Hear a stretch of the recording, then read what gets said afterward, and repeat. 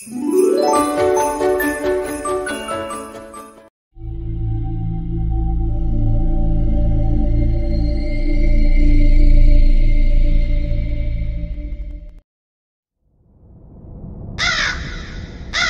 अजीब और भयंकर रात की कहानी है।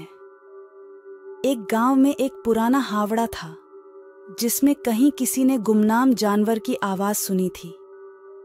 लोग कहते थे कि वहां असली भूतिया रहता है। एक रात एक उत्साही युवक ने उस हावड़े को जाने का निर्णय किया। जब वह हावड़े में पहुंचा तो उसने अंधेरे में कुछ अजीब सुना। धीरे धीरे वह एक कमरे में पहुंचा जहां एक पुराना असली झूला था। झूला आवाज कर रहा था जैसे कोई उस पर बैठा हो। धीरे धीरे जब वह झूले के पास आया तो उसने देखा कि कोई नहीं था, लेकिन झूला अपने आप में हिल रहा था।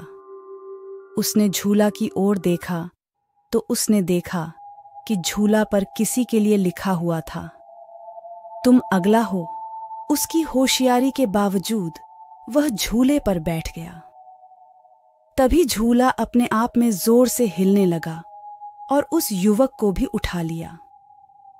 उसकी चीखें गांव तक सुनाई दीं, लेकिन कोई नहीं आया। फिर उसका पता भी नहीं चला। वह गांव के लोगों ने कभी भी उस युवक को नहीं देखा और न ही उन्हें कभी उसकी आवाज सुनाई दी।